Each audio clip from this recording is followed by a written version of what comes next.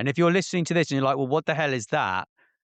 You know, I suggest you look in the newspaper, look at the amount of people that have lost their jobs within one day, that literally one of the technology companies that I won't mention literally just got rid of 30,000 employees.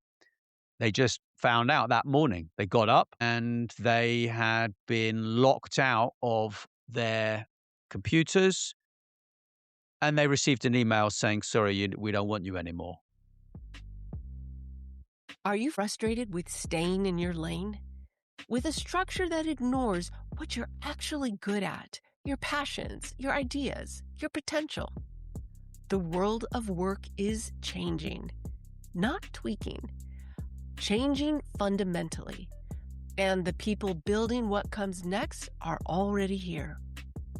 Network First Podcast goes inside the Network First Manifesto community.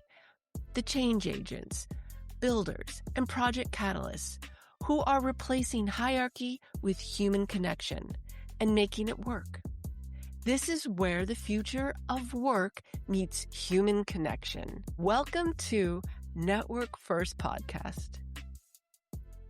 Hi, I'm Deacon Larry Hiner, and today we're beginning a podcast relative to what's called the Network First Manifesto. You can visit networkfirstmanifesto.com and check out some of the information around that and what this effort is all about. And I'm joined today by Nathaniel Schooler, is the project catalyst for the podcast part of Network First Manifesto. And in order to keep from saying that over and over again, we'll probably just refer to it as NFM when we refer to Network First Manifesto. So Nat, thank you for joining today.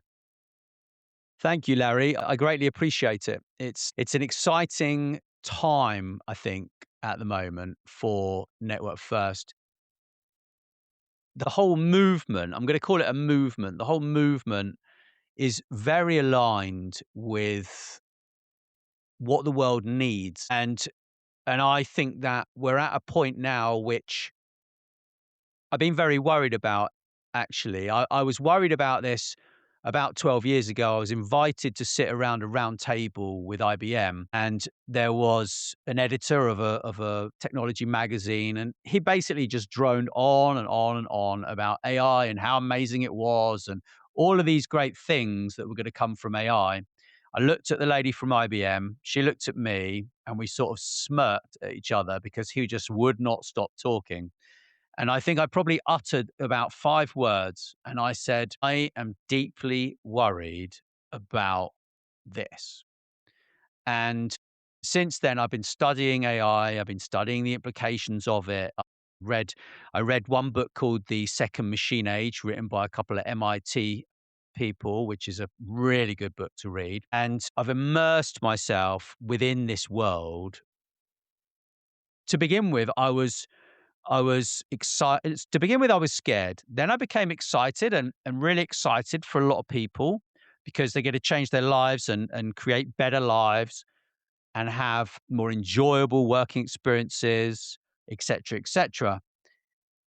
But as of the last 2 months, I've actually gone full circle and I'm back to being worried again because frankly, I I don't think people are ready for the change. I think that they are not learning fast enough.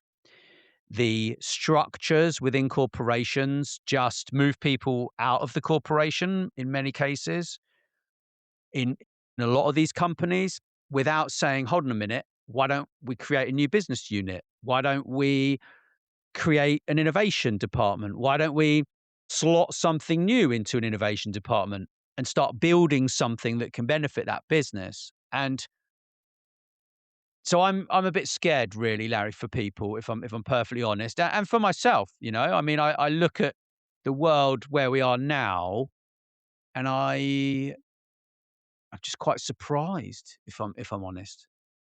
Yeah, well, it is a surprising and frightening world when particularly look at the headlines. And when we delve deeper into that and find the personal part of it, it is something to be concerned about. And actually, well, this series that we're doing, this is the first in a series that NFM, Network First Manifesto project, the leads on those projects called catalysts, and you're the project catalyst for the podcast project within the structure. And this is the first one. In those, we're going to be asking the question leading, what concerns you today?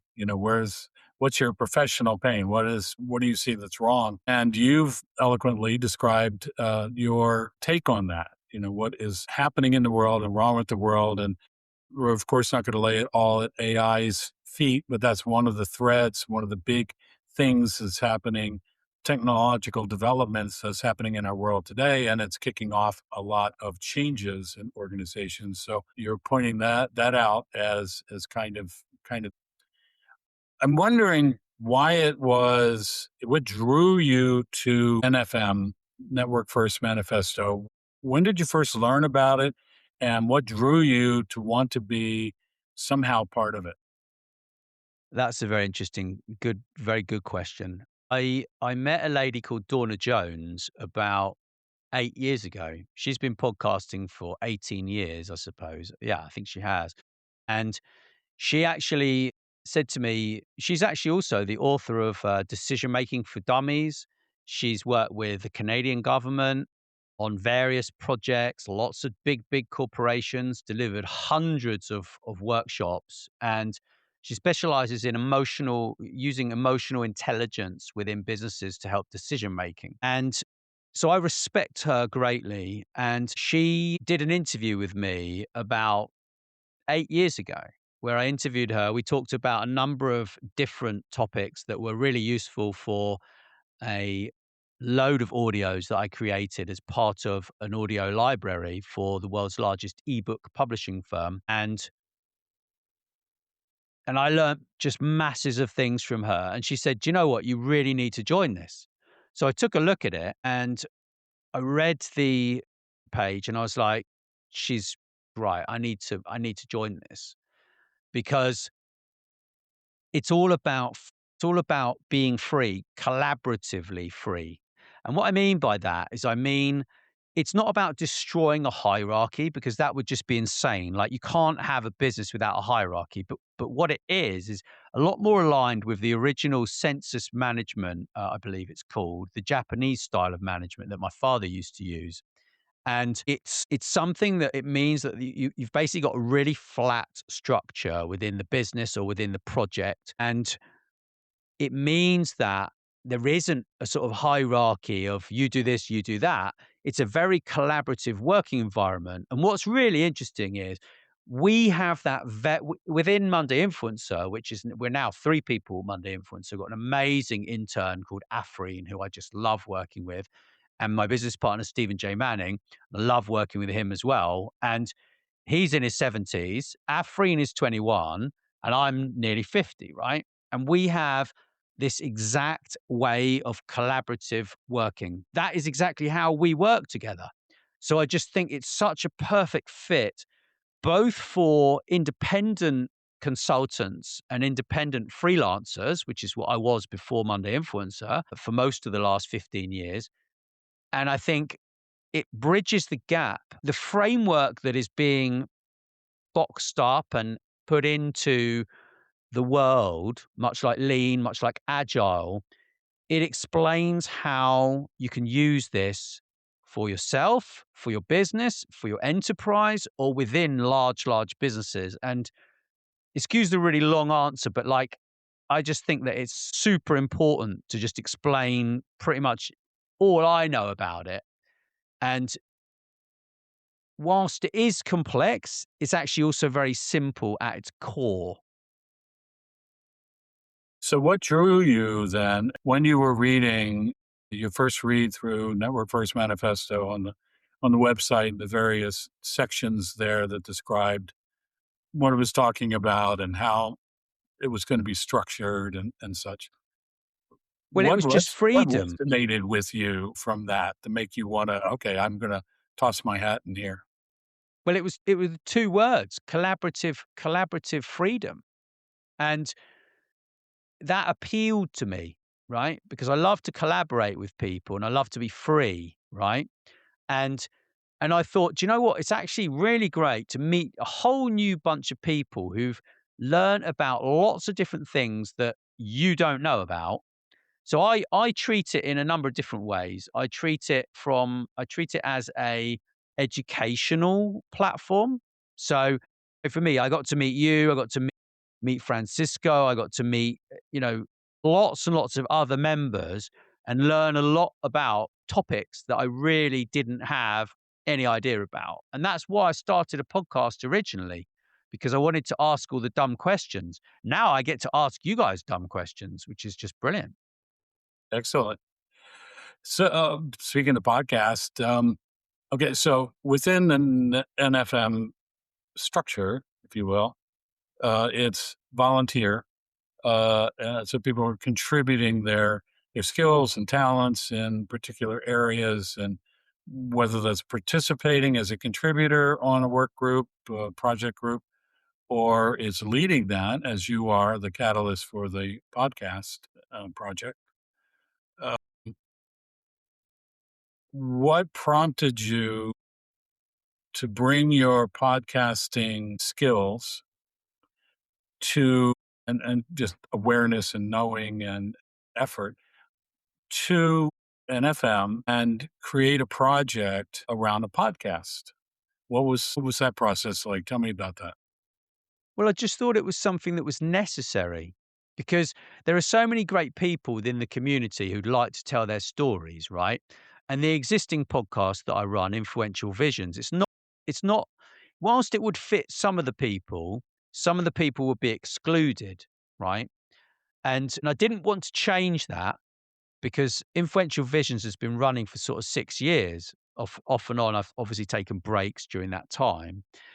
So there's a certain type of person that I've been used to interviewing. And now I'm actually interviewing some very different people on the Network First podcast. And and it's basically after this first series, which is all about the catalysts and why they've launched these projects, and it's explaining what the projects are all about. Are they being monetized? Are they not being monetized? What's the point of the project? Why are they doing it? And these sorts of things are different for each one. Okay. But as far as interviewing more and more members from the network, I find that quite exciting because I like to understand what makes people tick. And I always find that I learn something really, really valuable from every single person that I have interviewed. And literally that is something that it's literally it's expanded my mind to such a level whereby 10 years ago I did interview a few people 10 years ago, and it's expanded my mind so much since then that I know why God told me to start a podcast show now, because it has, and this is not to push everyone to the Holy Father, right? This is to explain to you why I started podcasting and how it's changed my entire life, right? And what happened was is sorry, go on. Well, I hear you when you say that, and that calling that many of us have experienced, and many of us have attributed that to divine calling, pointing us in a direction and saying, I'd like you to do this. And so following that is following a divine call. It's also uh, something at which you've excelled, and you talk about the learning experience that you have each time you talk with someone else, someone new.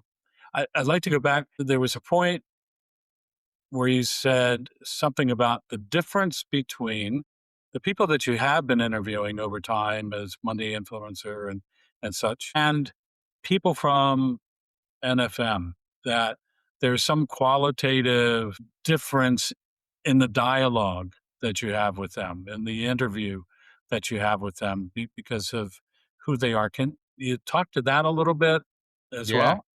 Absolutely. I think a lot of the people that I've met, well, everyone that I've met there they all have something massive in common, and it's about futuristic hope. It's about hope in the future, and it's about visualizing a really great future, right? And I think the most important thing is if we step back a little bit and say, well, what happens when 50% or 70% of the world is unemployed? And if we look at that and we think about it like that, then that means that the people within NFM may be able to create a solution for that one by one, project by project. Those projects could, in fact, turn into incubation businesses. The entire community could become an incubation hub. The community could become a source of fundraising for these businesses. It could become a source of financial advice, of mentorship, of coaching. There are many angles which NFM can go in, right? Many, many angles, many directions. And for me, I think the main thing is having this open attitude of, well, abundance, as opposed to, well, what if they do this? What if they do that? And this competitive environment is not what it is. It's professional, but it isn't, it is competitive in the sense of how you would think it would be, right? And I think also a lot of the topics are things that I've never really thought about because I haven't really dug into the world of human resources until I joined NFM. So that's another interesting thing because I worked out that actually human resources, I think, is the linchpin for all of these big corporations. And when it works well, people are happy, they're fulfilled, they don't leave, etc., etc.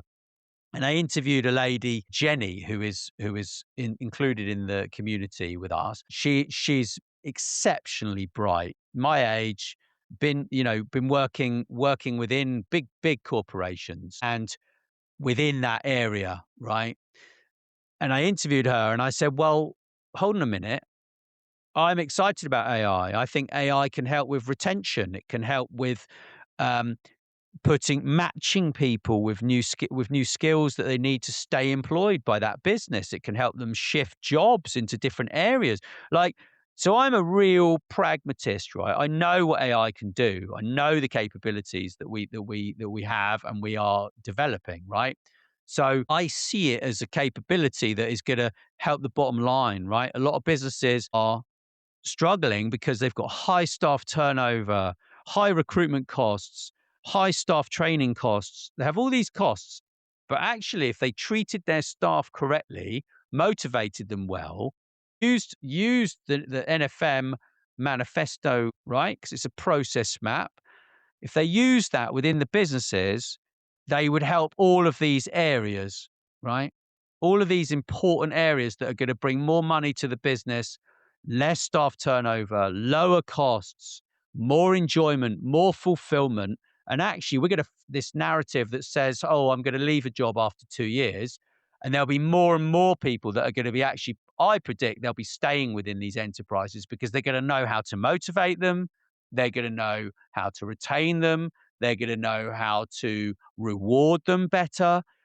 You know, so I believe in a very personalized future for a lot of these people. Unfortunately, there are a lot of laggards in the world, in my personal opinion. And this goes for, I'm not having a go at anyone in particular, but if you're listening to this and you're like, but I don't want people to know anything about me within a corporation, if that's you, then I think you need to maybe open your eyes a little bit and think, well, hold on a minute. If they know about me within this corporation, they know how to motivate me, they understand my capabilities, they understand how I work best, what times of day I work best, what tools I need to use that are the best for me, then we can have a more personalized motivational journey within work and the environment that we're working in as well, right? So I know that's a bit of a wild statement, but I really believe that to be true. Well, I think you brought us to a place where we're talking about one of the key differentiators and a foundational principle, if you will, of NFM, and that is to focus on the person as opposed to the focus on the hierarchy, which there are a lot of reasons we could talk about how that evolved over time in the last couple of centuries since the Industrial Revolution. In fact, you mentioned human resources. It's like humans are resources like materials and energy and other inputs to the organization to create the output of the organization that then goes out and is sold, service, product, whatever. And humans are just another resource in there. In a hierarchical first, like you said, not like you mentioned, without some form of organization, some form of hierarchy, we would have trouble just functioning. However, the emphasis, I think you brought us to very nicely there, the emphasis is on the individual rather than the hierarchy. And can you talk about that in terms of maybe the flow of value or decision making or that kind of thing in a hierarchy first from your impression and now your experience in jumping in and swimming in the NFM waters for months now. Talk about the your perception of the difference when it comes to individuals versus the hierarchy when it's individuals first. Can you talk to that a little bit? That's a really interesting question there, Larry. I'd have to give some more thought to that one if I'm perfectly honest. But I think from my perspective, think that individuals and their skills, like I say, I think the skills that they have and using the right methodology can really benefit the business. In terms of what you just said, I'm not quite sure how to answer that, if I'm perfectly honest. Well, you've mentioned it, and maybe let me frame it in another way. You've mentioned it, collaborative freedom a number of times, and that's another fundamental. It's one of the core Yeah. fundamentals of NFM. And one of the groups called Poetics actually, I won't say wordsmith that a lot. That just sounds like a spin project. But actually thought about that deeply and in the wording of it, and was that going to communicate what NFM wanted to communicate? This idea of collaborative freedom. So the freedom to participate in a collaboration and also collaborating for the freedom of the group that is collaborating. So the emphasis on collaborative freedom versus a hierarchical structure of leadership, levels of leadership, management, down to working, contributing teams. But the definition of that effort is made several levels higher and is communicated down, if you will, through a hierarchy to the contributors who are doing the work, right? And what you're talking about are the contributors actually defining the work. And it's not just a matter of being innovative or creative, it's a matter of ownership and accountability and control. Can you talk to that part of it a little bit? Because you're talking about yourself and your Yeah. team engaging in that collaborative freedom. Well, I think we all need to know where we're heading. Providing we've got a goal for our department and for the organization, because we need that. We can't just walk away from a goal and say, "Oh, well, I know, I'm gonna just do whatever I like within a business," because that's just ridiculous. It's literally ridiculous, right? However, if we think that something is gonna add real value within that enterprise, there's no reason why we shouldn't be able to create something that adds that value. And we should be given, some of these enterprises, they allow the employees to work on their own projects, I think, once a week with some of these companies, right? But the thing is that the people who are doing the work, who maybe at the moment are under 3 or 4 levels of management structure, are generally the people that are the nuts and bolts of that business. And I'm not saying the people in the middle are a waste of time, but what I am saying is that the people at the bottom may not be able to suggest really useful ideas because actually they don't feel valued. They don't have a clear way of actually giving that idea to someone, of explaining to their boss, who then is going to pretend it's his or her idea, which happens a lot. It's happened to everybody I know. It's happened to me, right? In a small company. So I hate to think how that pans out in a large company. And frankly, I think that understanding a lot of corporations and their toxic cultures, I think having a network first approach and a supportive approach at that is really what is going to separate the successful and unsuccessful enterprises, in my personal opinion. Because, we've got all this work on AI that's being done. All these countries are creating their own AI solutions for themselves, governments, infrastructure. And if you think about it, corporations need to basically jump between the government, their own people, et cetera, et cetera.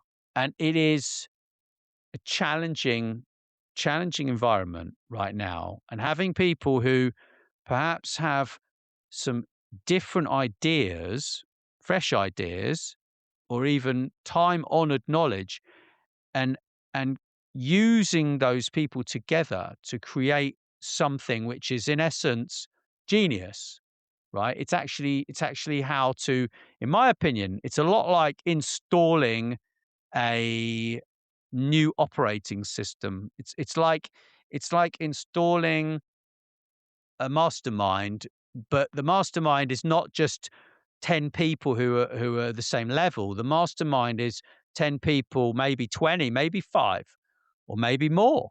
But those people work collaboratively to create something that will add value to the enterprise and also to the environment, right? So it adds a joint purpose. Because look, if we're all going the same direction, if we're all going the same way and we know what our purpose is, then we are much more likely to make that business more successful and certainly the projects more successful.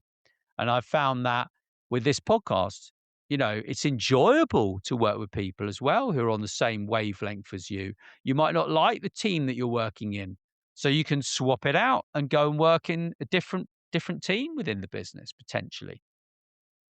Yeah, that's part of that definition of collaborative freedom is that the individual has the freedom to participate or not in the various work efforts of the organization to which they belong. Thank you for all of that. And I think that you've led me to what I'd like to posit as a final question to anyone who's being interviewed, any of the catalysts that's being interviewed is what is your hope for the future of work? You talked about that just a little bit just now, but in general, what is your hope for the future of work? What does that look like? And also, how does NFM play a role in that hope? Well, I think for me, it's about doing more of the things that you enjoy and being able to give the other items to people or AI systems that can take care of that work. And that includes within what I just said, having a really good communication structure within the business is hugely important as far as I'm concerned. But dealing with people that have got your back, dealing with people that want the best for you, as opposed to people that want to stab you in the back, because there are a lot of those in a lot of these corporations, right? And I'm not mentioning any names. I'm not, you know, but actually being able to be yourself, being able to say what you think, right, with no repercussions, yeah, in many ways, and to be able to have fun at work means that you stay within the enterprise, you enjoy your work more, you deliver more because you are motivated, right? And this is all about motivation. Motivation is the absolute key. That's why the NFM process is what I would call it is going to be really really big, and it's going to basically be the next methodology that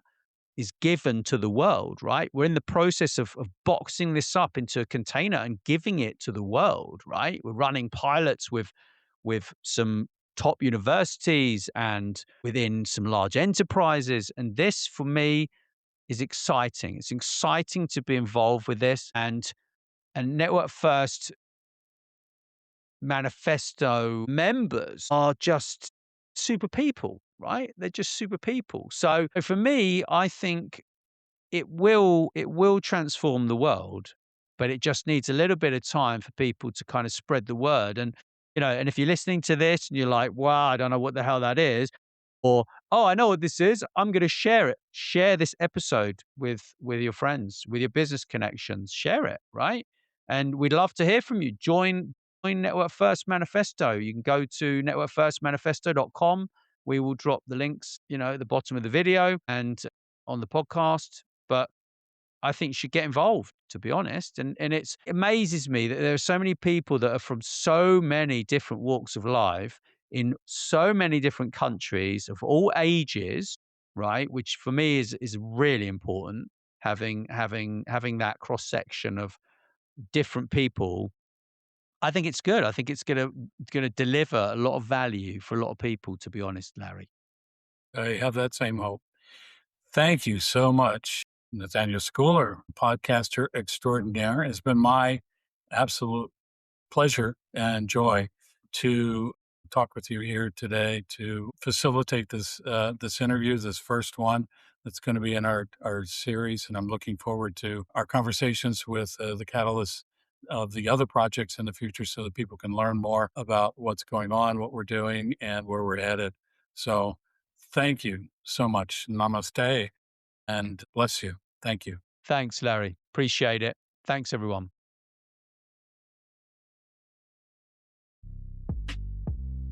That's a wrap on today's episode of Network First Podcast. If this sparked something in you, you might already be a change agent. Find your people at the Network First Manifesto.